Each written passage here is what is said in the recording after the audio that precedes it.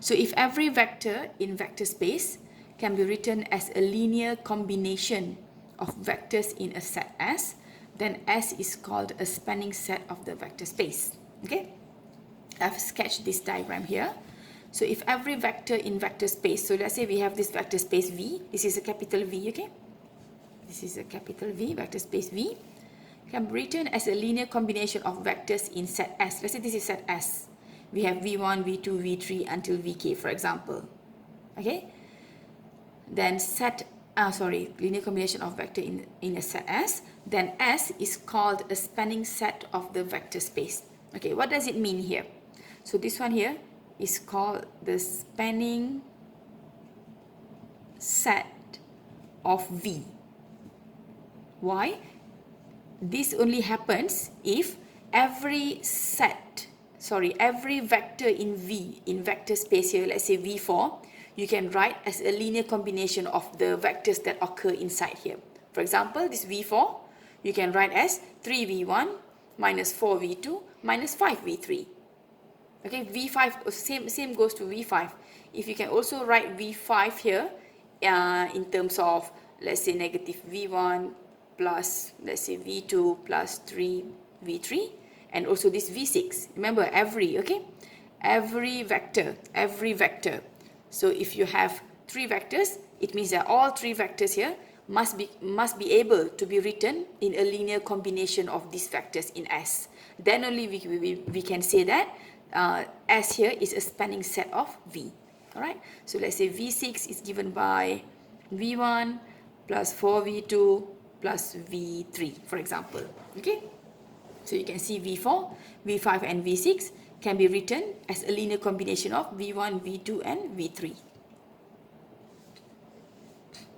Okay, so this is the definition of a set being a spanning set of V. Alright, so let's have a look at this definition here. Let S be V1, V2 until Vk. So for example, I'm going to set this K to be 3, so I only have V1, V2, V3. Be a subset of vector space V. Okay, so let's say this is a subset of the vector space V. The vector space V is this rectangle here. Alright, then the set S here is called a spanning set of V when every vector in V, which is V4, V5 and V6 here, can be written as a linear combination of vectors in S, which are the examples that I've given here. Alright, in such cases, it is said that S spans V. Right? Okay, let's see examples. Let's see this example 5 here. Okay, the set S. So in this set S here now, for example, we have these 3 sets. So these 3 vectors: 1, 0, 0, 0, 1, 0, and also 0, 0, 1.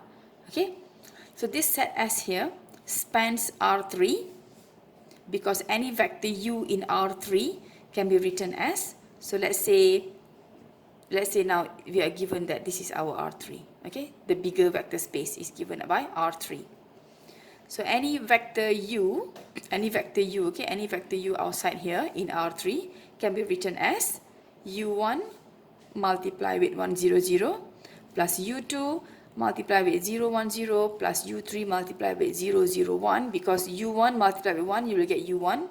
U2 multiplied with the second coordinate, you get U2. U3 multiplied with the third coordinate, you will get U3.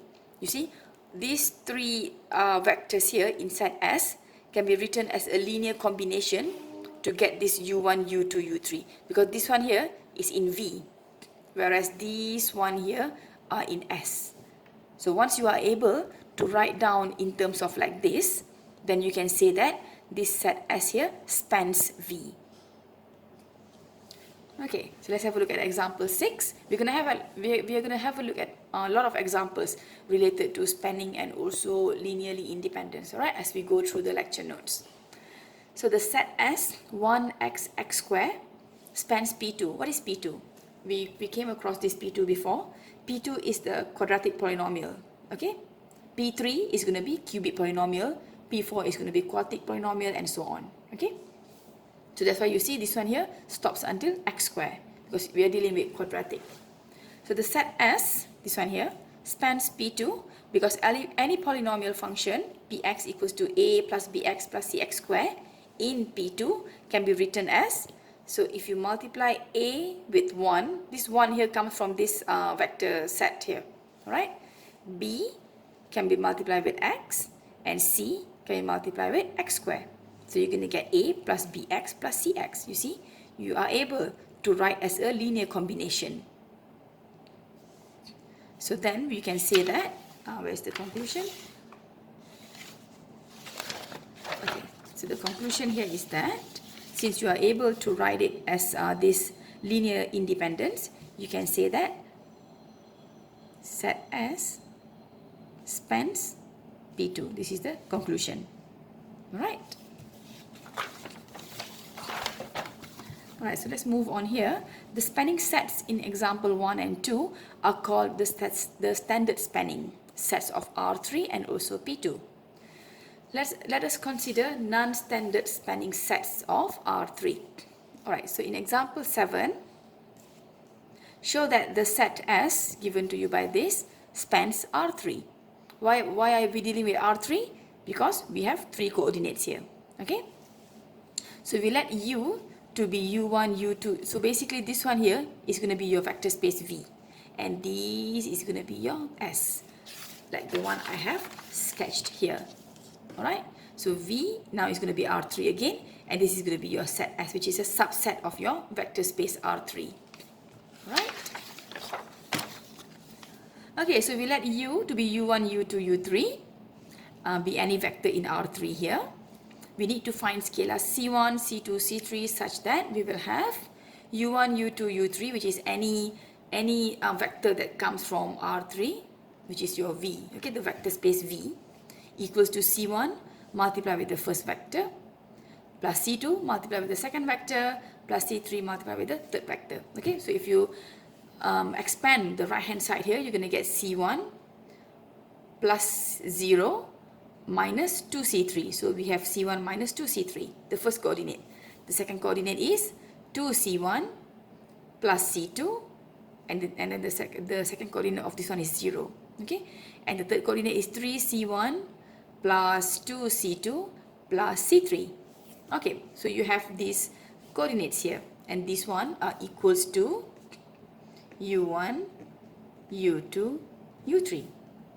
Okay, so now what you can do is you can compare the left hand side and the right hand side. So left hand side and the right hand side for the first coordinate says that C1 minus 2C3 is equals to U1, 2C1 plus C2 is equals to U2, 3C1 plus 2C2 plus C3 is equals to U3. Okay, so from here, what is this? This is system of linear equation. And your aim here is to solve for C1, C2 and C3. So how many methods can you use to solve that one? You can use either substitution, you can use Gauss elimination, or you can also use Cramer's rule. Okay, so in this one here, so if you rewrite this in terms of matrix, you get like this. Okay, so what I'm doing here is that I want to check the determinant. Okay, because the coefficient matrix, which is this part here, the coefficient matrix of this system has a non-zero determinant, which is -1. If you calculate the coefficient matrix here, the determinant is equals to -1, which is a non-zero determinant. So it follows that the system has a unique solution. Okay, so this is something that you need to remember. A matrix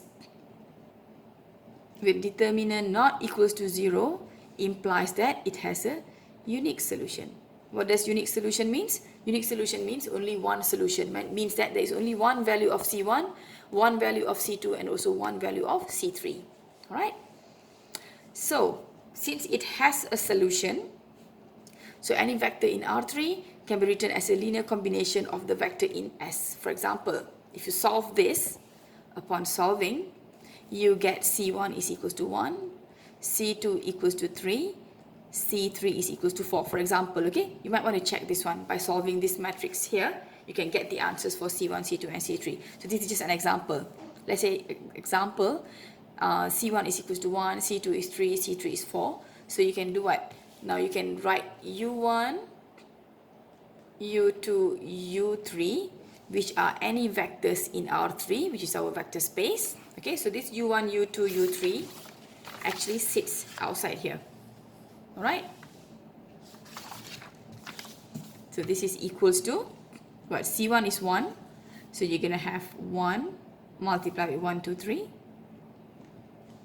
and then plus with C2 is 3, multiply with 0, 1, 2, and then plus with C3 is 4, multiply with negative 2, 0, 1. So you see, any vector in the vector space V, in our case it is R3, okay, is equals to the linear combination of the vectors that you have in S.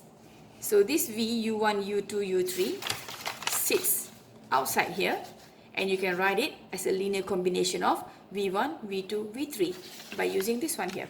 Let's say this is V1, V2, and V3, right? So from there, if you are able to write it like this, without all the coefficient of C1, C2, C3 being all 0, you can conclude that the set S spans R3. Okay, so let's move on with this example here. Show that the set S, which is given by this, so remember this set S sits inside here, alright? And then you also have, it says that set S does not span R3. R3 is the whole vector space, R3 here, alright? Okay, so let's say, let W be equals to 1, negative 2, 2 be a given vector in R3. So this W here sits outside here. Okay, so I'm just gonna, let's say I'm gonna sketch it here again, right? So I have my vector space V, which in my example here is equals to R3, all right? And then inside this R3 here, I have set S. So inside set S, I have, let's say, this is V1, this is V2, this is V3. So this is S, I have V1, V2, V3. Okay, and now here I have a W. So W is equals to this, 1, negative 2, 2. So if this set S here spans R3, it means that this W can be written as the linear combination of V1, V2, and V3. So if we are unable to do that, then only we can say that S does not span R3. Means you cannot write this W in terms of V1, V2, and V3 like this. Alright? Okay, so how are we going to start? So it says that we show that it cannot be expressed as a linear combination of vectors in S. Okay? Alright, so from here, we're going to do the same step by step as we did before. Okay? So what we're going to do is, let me just grab a paper and show it to you. So what example is this? This is example 8. Okay, so we have W equals to C1 V1 plus C2 V2 plus C3 V3. Okay, because we have V1, V2, and V3. Alright, so W is given by 1, negative 2, 2 equals to C1 is the value, C1, C2, and C3 are the values that we want to find. Okay, what is V1? V1 is 1, 2, 3 plus C2, 0, 1, 2 plus C3 is negative 1, 0, 1. Okay, so what I'm going to do is I'm going to simplify the right hand side. So if you simplify, you're going to get the first coordinate is going to be what? C1 plus C2, 0, and then plus, sorry, minus C3, the first coordinate. The second coordinate is going to be 2C1 plus C2, and then plus with zeros, because 0 multiplied with C3 is going to be 0. Okay, so the third coordinate is going to be 3C1 plus 2C2 plus C3. Alright. Okay, so once we are done with this, now you can compare the left hand side and the right hand side. So the first coordinate is going to give you C1 minus C3 is equals to 1. Second coordinate is 2C1 plus C2 is equals to negative 2. And the third coordinate is 3C1 plus 2C2 plus 3 is equals to 2. Okay, so now this is back to the same concept that you have system of linear equations. Okay, so in this case you have 3 equations and 3 variables. Okay, so this one here is system of linear equation. So again, how many methods are there to solve system of linear equation? There are 3 methods. You can either use substitution, Gauss elimination, or you can also use Cramer's rule, right? Okay, so upon, let's say you're using Gauss elimination. Okay, So once you use Gauss elimination, what you're gonna have is you're gonna get I think. So this one in terms of matrix is gonna be 1, 0, negative 1, 1. This is gonna be 2, 1, 0, negative 2. This is 3, 2, 1, 2. Okay, so if you do the row elimination, process,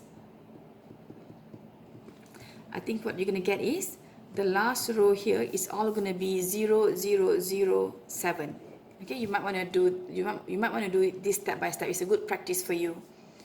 Okay, so if you have this form, you know that this means that no solution. If no solution means what? Means there are no solution for C1, no solution for C2, no solution for C3. So if there are no solutions, it means that the vector, so this means that you cannot write W in terms of V1, V2 and V3 because there are no C1, C2 and C3. C1, C2 and C3 does not exist. So you cannot write W in terms of C1, C2 and C3 like this. Okay, this one does not exist. So if this does not exist, you can say that this set S here is not span for R3. Alright? Okay, so we have another 3 examples here. You have example 9, 10 and 11. So example 9, okay, so actually I have done this step by step. Okay, so this is the step by step of changing this matrix into this one here. Alright, so you can see the first one is I make this as a 0 because this is the diagonal element. So you need to make 2 a 0, 3 a 0. So this is the row operation, right? So once you do that, you draw a diagonal element again. So this is a 0, this is a 0, that's good. So this is the last element that you need to make a 0. So from here, you know that you have to only work with the second row. You cannot work with the first row because if you work with the first row, you're going to mess up this 0 value because this 0 value is going to have some operation with 1 and it's going to turn out be some other number. Okay, so you have no choice. You have to in order for you to make this 2 a 0, you can only work with the second row. Alright, so from there, if you proceed one more step, you will get like this. So this is the matrix that you will get. Let me just write down here. So you're going to have 0, 1, 2, 1, 0, negative 1, 1, negative 4. Alright, so this one here indicates no solution. Alright, okay, so back to example 9. So it says that span of 0, 1 is equals to C multiplied with 0, 1. Okay, I mean, this is just playing around with the scalar number actually. This is just telling you the properties of scalar number. So if you have a 0, 1, you can see that the x coordinate is 0, y coordinate is 1.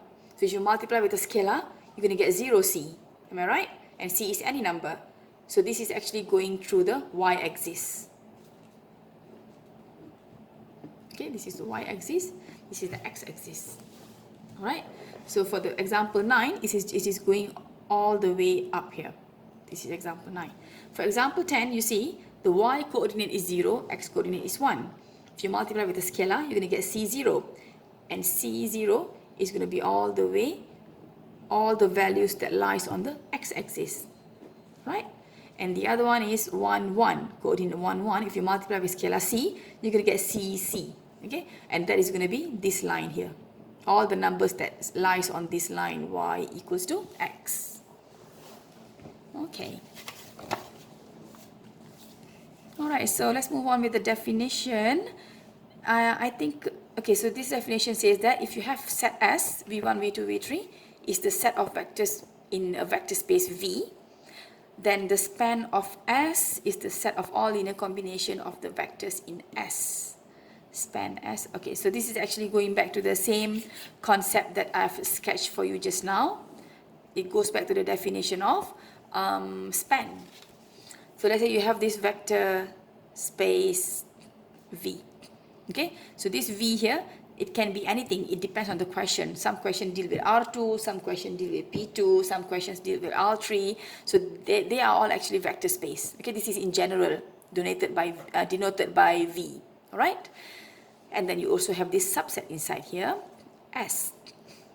Okay, and then you have this V1, V2, V3, V4, any amount of vectors, it doesn't matter, until Vk. Alright, is the set of vectors in a vector space V, then the span of S is the set of all linear combinations of the vectors in S. Okay, for example, you have this W here. It means that this W can be written as, let's say, V1 plus 2V2 plus 3V3 plus 4V4, for example. Then only we say that S spans V. Right? So this is just sketching for you the definition again. Alright, so this one here, theorem. If S is V1, V2, V3 until Vk, let's say this is S, is the set of vectors in a vector space V, this rectangular here is the vector space V, then the span S is a subspace of V. Okay, subspace, interesting. Did you go through, do you still remember what's the meaning of subspace? What is it? So subspace, there are 3 properties for you to check subspace. If you still don't remember, you can please refer quiz 1. Okay? So the first one you need to check is it closed under addition, closed under scalar multiplication, and also the inclusion of zero vector. Why is it inclusion of zero vector?